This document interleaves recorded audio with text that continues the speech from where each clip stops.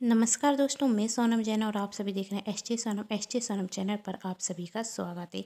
दोस्तों, आज की कहानी है देवरानी जी बहुरानी नहीं नौकरानी बनने के लिए तैयार हो जाइए, भाग 18।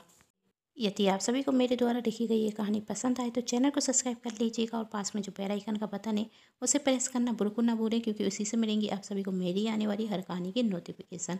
कहानी पसंद आने पर वीडियो को लाइक कर दीजिएगा, क्योंकि आप जानते हैं जब आप करते हैं वीडियो को लाइक तो मुझे मिलती है नई नई कहानियाँ लिखने के लिए प्रेरणा। और हाँ, कहानी को अपनों के साथ शेयर जरूर कीजिएगा, जैसे कहानी ज़्यादा से ज़्यादा लोगों तक पहुँच सके। तो चलिए कहानी शुरू करते हैं। वंदना और गोपाल की मेहनत रंग लाने लगी थी और आज उनका व्यवसाय बहुत बढ़ चुका था। वंदना और गोपाल ने जो टिफिन सर्विस का काम अकेले शुरू किया था, लेकिन आज वंदना और गोपाल टिफिन सर्विस में 50 से ज़्यादा लोग काम कर रहे थे। वंदना और गोपाल हमेशा इस बात का ध्यान रखते कि उनके खाने के स्वाद में कोई फ़र्क ना पड़े। वही हमेशा अपने कस्टमर को अच्छा खाना देते, ताज़ी सब्जियां ही खरीदते और मसाले भी खुद घर पर ही तैयार करते। एक दिन गोपाल वंदना से कहता, तुमने मुझे क्या से क्या बना दिया। कर्क तक में गंवार गोपाल था और आज तुम्हारी वजह से मेरी अपनी खुद की पहचान है। मैंने तो कभी सपने में भी नहीं सोचा था कि मुझे कभी ऐसा दिन भी देखने को मिलेगा। तुम्हारी वजह से मेरी ज़िंदगी बदल गई है। थैंक यू सो मच वंदना। तब वंदना ने कहा, इसमें थैंक यू की क्या बात, आप बहुत मेहनती हैं और आपने भी तो खाना बनाने का इतना अच्छा हुनर है। तब गोपाल ने कहा, इस हुनर को पहचानने वाली तो तुम ही हो ना। यदि तुम मेरे हुनर को नहीं पहचानती तो आज मैं कुछ भी नहीं होता। तुम्हारी जिद थी ना कि मैं कोई बड़ा काम करूं। देखो, आज तुम्हारी जिद पूरी हो गई। मैंने तो कभी कोशिश भी नहीं की थी अपना नाम करने की। वंदना ने कहा, अब बस कीजिए, मेरी और तारीफ मत कीजिए वरना मुझे घमंड आ जाएगा। गोपाल ने कहा, वह दिन कभी नहीं आएगा क्योंकि तुम बहुत अच्छी हो। अच्छा बाबा, ठीक है, मान गई, मैं अच्छी हूँ। अब काम पर लग जाएं। गोपाल ने कहा, जरूर। कहकर दोनों अपने अपने काम पर लग जाते। वंदना गोपाल जाकर देखते कि खाने की तैयारी कैसी चल रही है। सब्जियां बनाने की जिम्मेदारी गोपाल की थी, जिसमें वंदना भी उसकी मदद करती थी। यहाँ वंदना और गोपाल अपनी मेहनत से इतना छोटा सा व्यवसाय आगे बढ़ा रहे थे तो वहाँ शोभा विनीता से कहती है, आप हमेशा कहती रहती हैं लेकिन करती कुछ नहीं। कुछ सोचा है वंदना और गोपाल टिफिन सर्विस को बंद कैसे करें। विनीता ने कहा, सोच कर तो रखा है कि मुझे करना क्या है, लेकिन उसके लिए मुझे किसी की मदद की ज़रूरत होगी। तभी उनके घर की दौड़ बैठ बजती। शोभा जाकर दरवाज़ा खोलती तो उनकी नौकरानी काजर थी। तभी शोभा ने काजर से कहा, क्या काजर, तुम्हारा रोज रोज का हो गया है, ये कोई टाइम है आने का। अब जल्दी से जाकर साफ सफाई करो। तभी काजर कहती, देखो मैडम जी, यदि मेरे काम से परेशानी है तो कह तो मैं अभी के अभी चली जाती हूँ। वैसे भी मेरे पास बहुत काम है। वह तो आप दोनों ने जिद की थी इसलिए आकर यहाँ काम कर रही हूँ। मेरा हिसाब क्लियर कीजिए, मैं तो जाती हूँ। मुझे भी कोई शौक नहीं कि मैं किसी की बातें सुनूं। मेहनत से काम करती हूँ, बातें सुनने के लिए नहीं आती हूँ। बोलो, जाऊँ या रुकूं।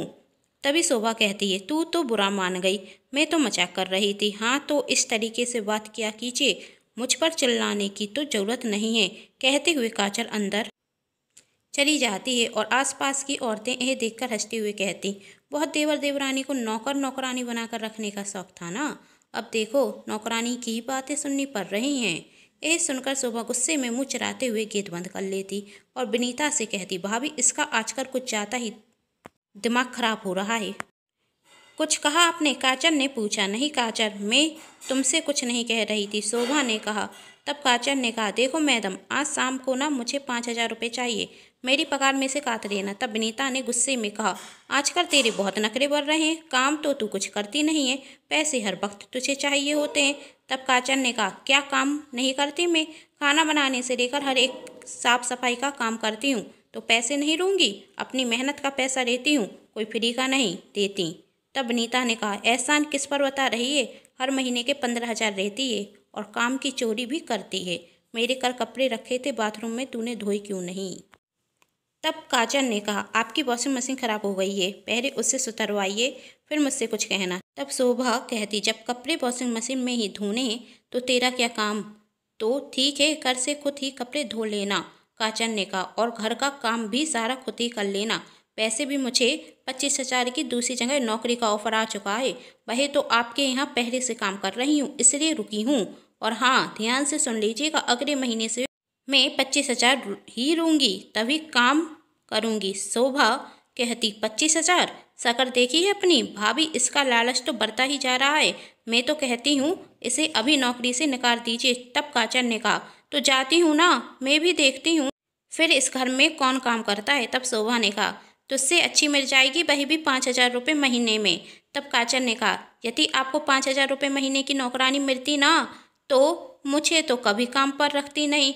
अब ढूंढ लेना नई नौकरानी, मैं तो चली काम छोड़कर। मेरा हिसाब किताब क्लियर करो, मैं जा रही हूँ, अब मुझे नहीं रुकना इस घर में। यह सुनकर शोभा घबरा जाती और मन ही मन सोचती, ये चली गई तो घर के सारे काम तो मुझे ही करने होंगे।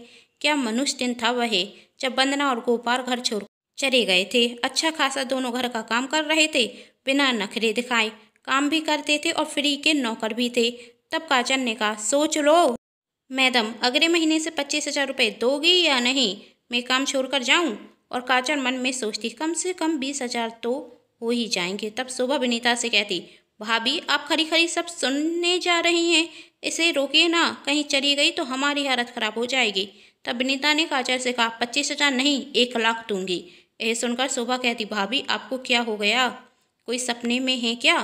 तब विनीता ने कहा, मैं कोई सपने में भी नहीं हूँ और मजाक भी नहीं कर रही हूँ। बोलो चाहिए तुम्हें 1,00,000। तब काजल ने कहा, ऐसे तो आप देंगी नहीं, पहले काम बताइए। तब विनीता ने कहा, कोई ज़्यादा काम नहीं करना, तुम्हें गोपाल और वंदना टिफिन सर्विस में काम करने जाना होगा और वहाँ की हर एक न्यूज मुझे देनी होगी।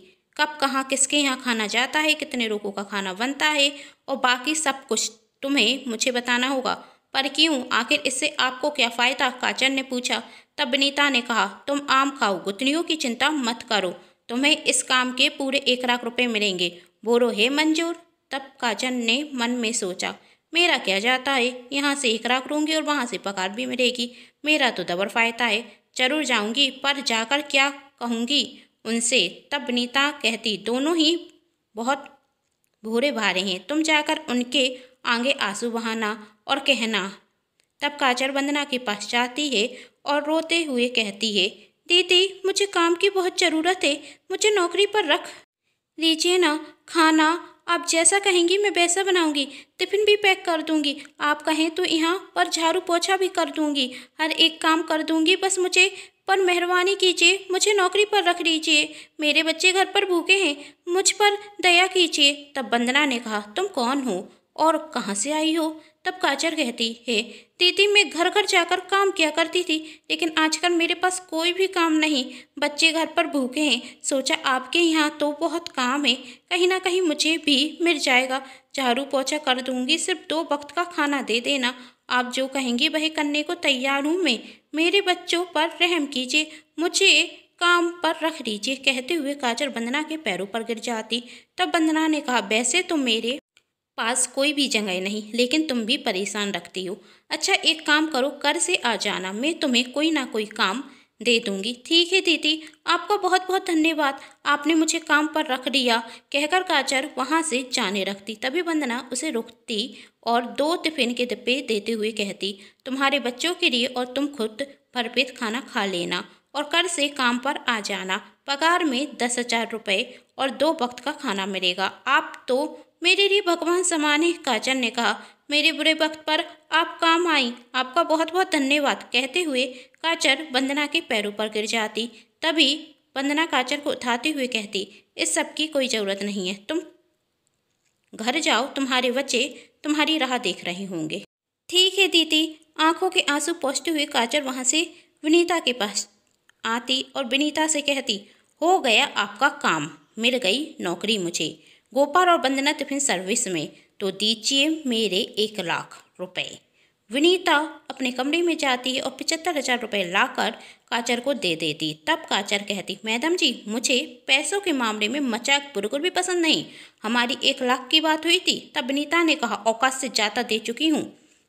काजल ने गुस्से में कहा, औकात की बात मत कीजिए मैडम। तब विनीता ने कहा, मेरा मतलब है कि हमारी बात हुई थी कि तुम मुझे हर एक न्यूज लाकर दोगी। अभी 75,000 नौकरी तक के रख लो, 25,000 तुम्हें मिल जाएंगे जब तुम मुझे वहाँ की हर एक न्यूज़ दोगी। और याद रखना 1 लाख रुपए तुम्हें महीने के मिलेंगे जब तक मेरा काम ना हो जाए। ठीक है, मेरा क्या जाता है, कहते हुए काजल वहाँ से चली जाती। तब शोभा विनीता से कहती, भाभी आपकी तबीयत तो ठीक है ना, आपने काजल को 1 लाख रुपए दे दिए। आखिर गोपाल और वंदना टिफिन सर्विस की ऐसी कौन सी जानकारी चाहिए आपको जिसके लिए आपने 1 लाख रुपए बिना सोचे समझे उसे दे दिए और हर महीने दोगी? यदि जेठ जी को पता चल गया तो क्या हाल होगा आपका, सोचा है? तब विनीता ने कहा, कुछ पाने के लिए कुछ खोना पड़ता है। सुना तो तुमने होगा ही शोभा, और एक बहुत बड़ी खुशी के लिए हमें उन पैसों की कुर्बानी करनी होगी, क्योंकि जो काम मैं करना चाहती हूँ ना, उसके लिए काजल से ज़्यादा परफेक्ट औरत कोई हो ही नहीं सकती, क्योंकि काजल पैसों की राजी औरत है और पैसों के लिए वह मेरे कहने पर हर एक वो काम करेगी जो मैं उससे कहूँगी। और अब तो इंतजार करो उस दिन का जब मैं काजल के हाथों एक बहुत बड़ा धमाका कराऊंगी।